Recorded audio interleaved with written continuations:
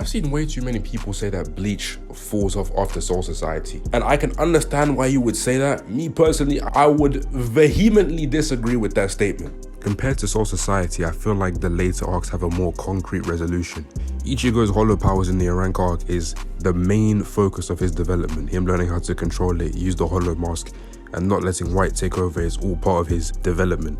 This is primarily to test Ichigo's resolve and his physical strength, and you see that throughout the arcs, like how his mental state reflects his current strength. Like whenever he's depressed, he gets weaker, and whenever he's focused or resilient, he gets stronger. And you see that he slowly learns to accept his powers and have the courage to face his fears, which ultimately ends in his sacrifice to beat Aizen, which felt somewhat complete. The Fullbringer arc continues that development in showing his feelings without his powers and how they make him a part of who he is and what it takes to get them back. His Fullbringer powers are not the main development that we're meant to focus on, because you can kind of guess in the end that it's going to be discarded or fused into his Soul Reaper powers. What you're really meant to focus on is Ichigo's mentality and how that's being tested by someone like Tsukishima, who targets his friends and family. Not physically, but psychologically, which is something new and an interesting way of quote-unquote attacking Ichigo using gaslighting, because we know in real life, if Tsukishima were to go against Ichigo, he's going to be a victim. There's also someone like Ginjo, who is a contrast to Ichigo by choosing to destroy the society because they basically lied to him and scammed him.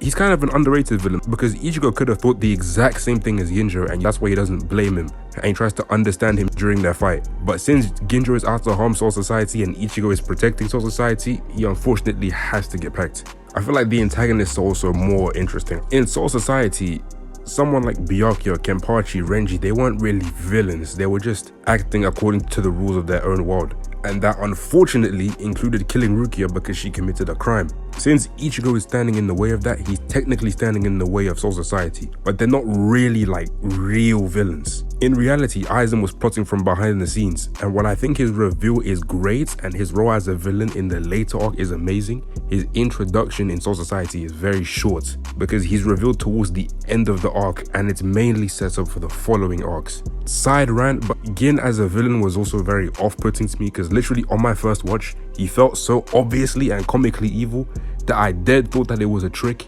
and he actually wasn't evil this whole time, but I was kind of wrong. I don't know. Aizen, I feel like in the Arrancar arc is a much more interesting villain because he's an actual threat to the world and potentially the Soul Palace if he succeeded. In his own weird kind of way, Aizen is kind of like a revolutionary trying to change how the world works. But for me, I feel like his extreme arrogance towards the end of the arc is just amazing. Purely because I just love ignorant villains. And also because Aizen is just so broken and untouchable. He literally makes the guy disintegrate just by walking into him. The stuff that shows extreme power, I'm just a real fan of. I want to talk about 1000 Year Blood War because I'm an anime only. Maybe once the anime finishes, I'll get on that. But even without 1000 Year Blood War, the rest of Bleach is still extremely solid. Run